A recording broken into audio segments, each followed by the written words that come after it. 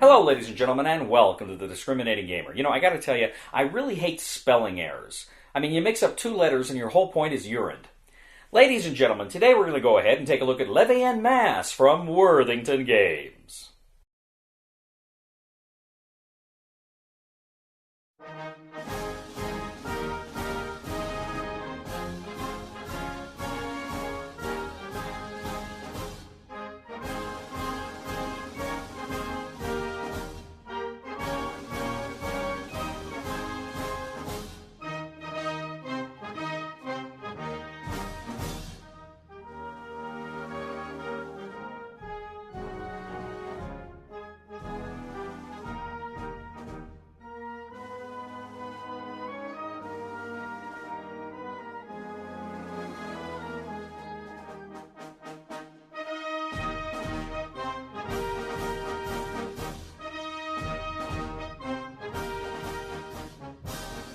We'll get back to the review in just a moment. I want to take a minute to ask you to check out my other channel, that is Cody Carlson PhD, where we talk about history, books on history, military history. I even post some of my lectures for my classes on there. Please check that out. Please subscribe to that channel. And now, back to the review.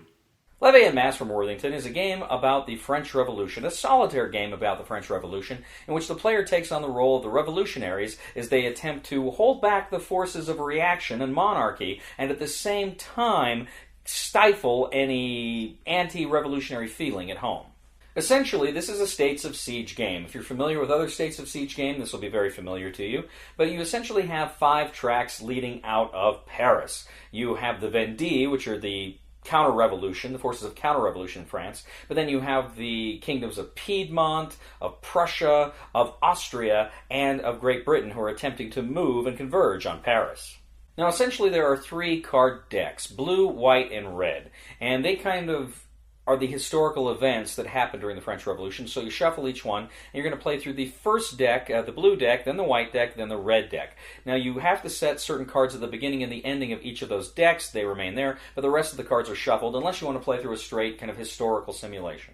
Now, every turn, you're going to draw a card, and the card is going to tell you, it's going to give you different information. It's going to talk about, of course, there'll be flavor text about a historical event that happened, but what you're going to do is it will tell you which tracks are going to advance toward Paris, which tracks are actually going to start moving, the British, the Austrians, the Prussians, etc., etc., which ones are actually going to move toward Paris. Ideally, you want to keep those things as far away from Paris as possible, but they keep coming.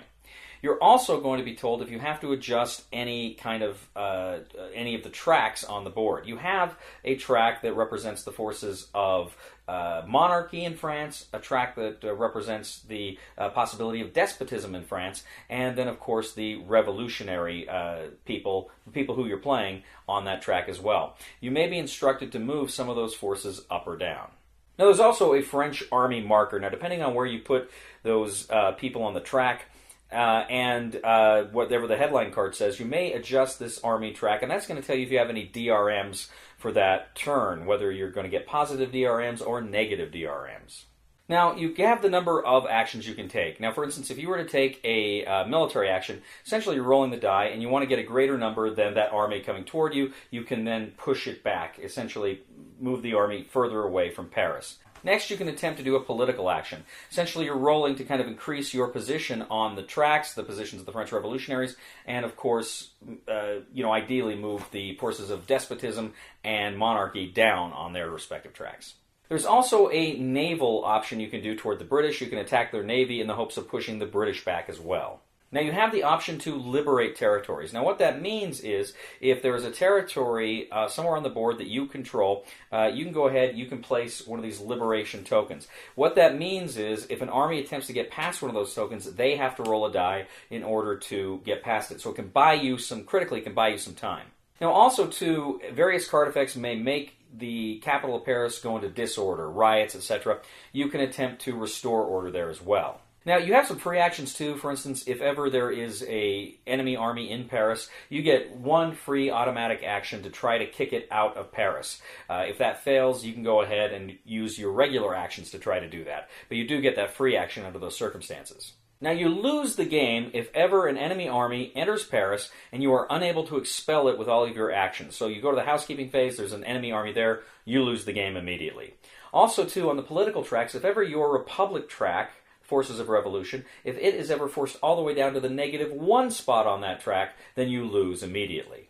Now, once you get to the red headline card phase, if you can play through one, you might have the potential to win. Essentially, you're going to look at a number of factors on the board, where the armies are, where the tracks are, and you may have won immediately. If the armies or the tracks are kind of not in the spaces they need to be, you can keep playing through the red cards in order to get to that point. Now, depending on the number of points you get, it's going to determine how great of a victory you have, and if you can get to that point, then you win! Levee En Masse. Now, of course, that's just a basic overview. There's more stuff going on. There's more stuff going on in this game than just that. So Levee En Masse is another one of these games that Worthington Games kind of inherited from, or got the rights to from Victory Points Games. They're doing these deluxe, really nice component-wise games. This isn't the first one I've reviewed. Soviet Dawn, Keep Up the Fire, Malta Besieged. The States of Siege is a great system, and it's really fun and interesting to see these games played out in really given the treatment that they deserved as far as components and stuff, because the game looks great. All these games look great. Levee En Masse it's an interesting game. Of course, one of the big things about a lot of these games is they're like little history lessons, right? And they kind of put you in the history here. And you know, the French Revolution is an endlessly fascinating period. I did a minor field for my PhD on French Revolution and Napoleonic Warfare, and so it's a fascinating time, and it's a fascinating field here. The game itself is pretty standard States of Siege. Of course, you've got the Army modifier, DRM modifier. You've got the political tracks, and then you've got the tracks coming at you. And this, I should point out too, this game does actually come with an expansion already baked into the box. I have not yet played with that expansion. I will. But that's another component you get. But I'm just looking at kind of the core game here. And the game is, like the others, it's fun. It's solid. I liked it. I had a lot of fun with it. I really enjoy this system.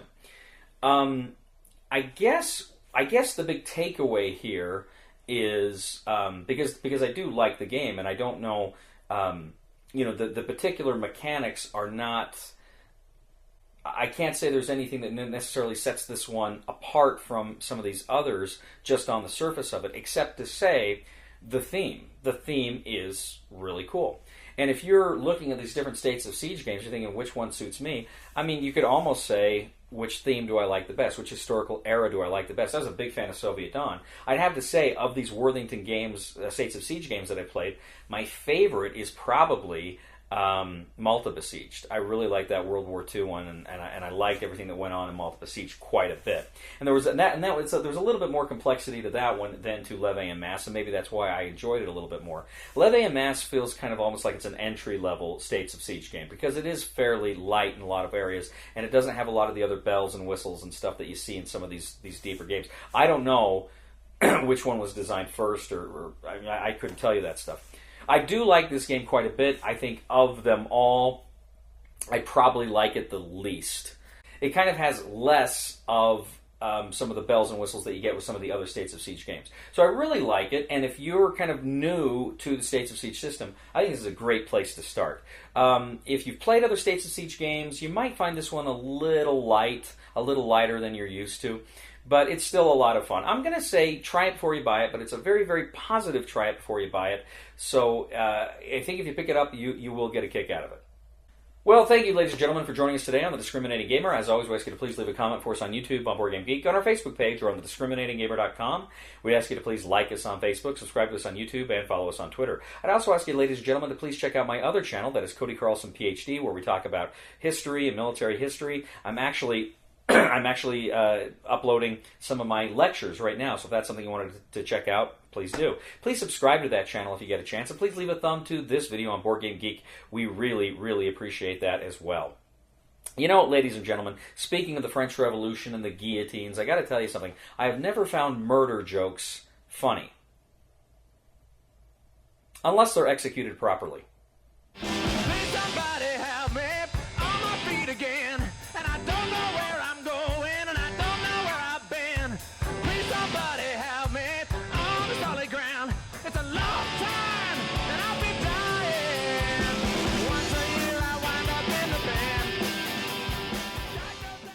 you.